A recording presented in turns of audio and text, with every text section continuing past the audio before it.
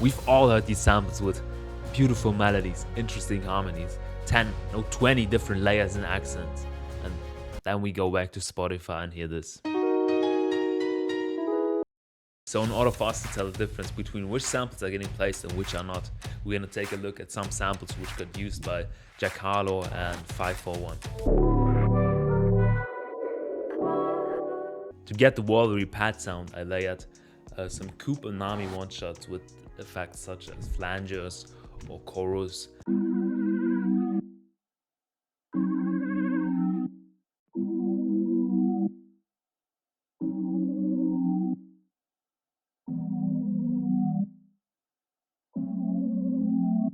Later in the second part, there are also some piano notes coming in, and for that I used the Noir Mono Podcast preset, which is a cool sound.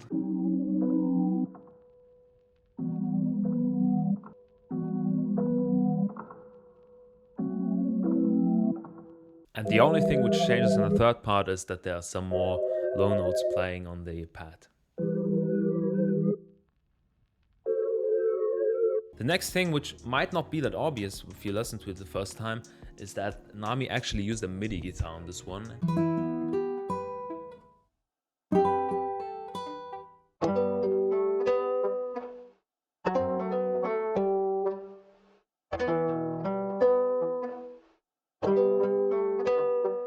And of course the sample is from one of his older packs, so it's not as complex as the one which I'm going to show you later. But also in this sample, Nami loves to use vocals. This is alright.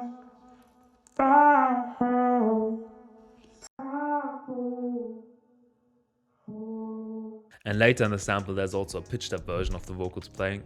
I think he likes to do that a lot, because in the swim sample of Pockets, he also did it with Teddy's vocals.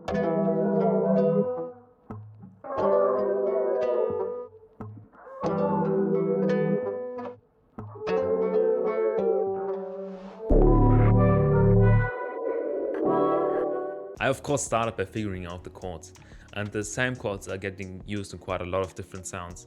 For example, this pad, this lo-fi key, and this other key. The thing which makes it unique is the processing, so let's take a look at those.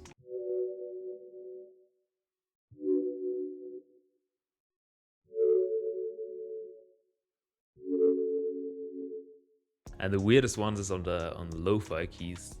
Bro, take a look at the wave file, like it already looks weird.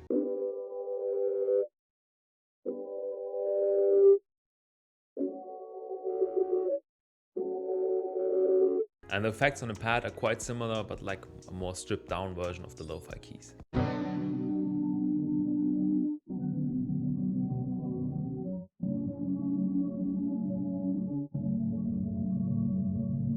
The first time I heard the bell sound of this sample, it instantly reminded me of the Tarantino's Revenge sample, because the processing actually sounds a lot like the piano in that sample. So I just took the same chain from the old video and just dropped it in here.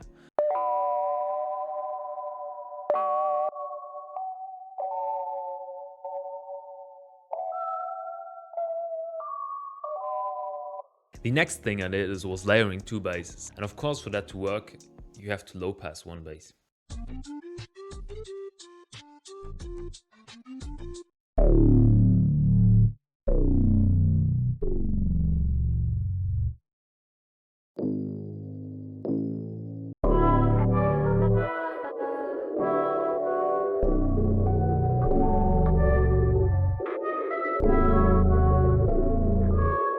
Let's take a look at the accents which are playing in the first part. There's the snare playing from high to low and then repeating.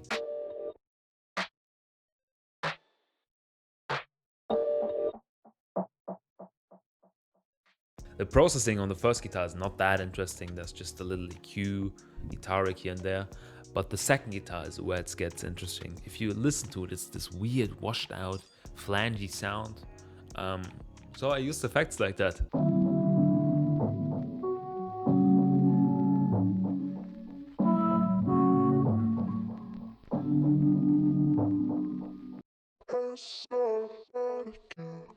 I'm feeling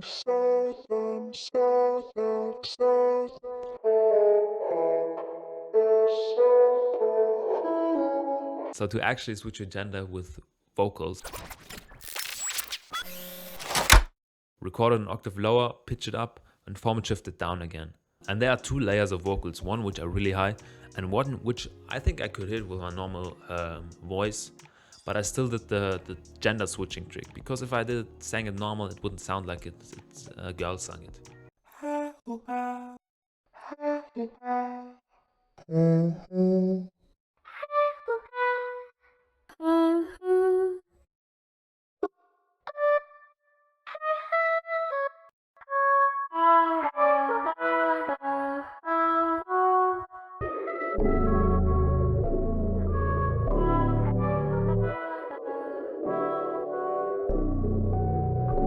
Now let's get to the third part where these super weird effects are happening. So for the reverse thingy thing, I just played this MIDI.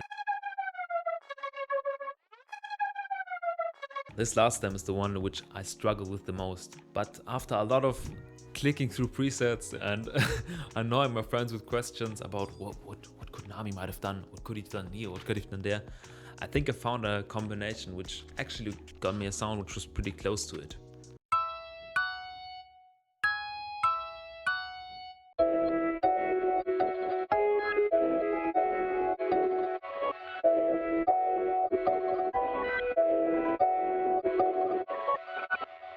And that's the other Nami video.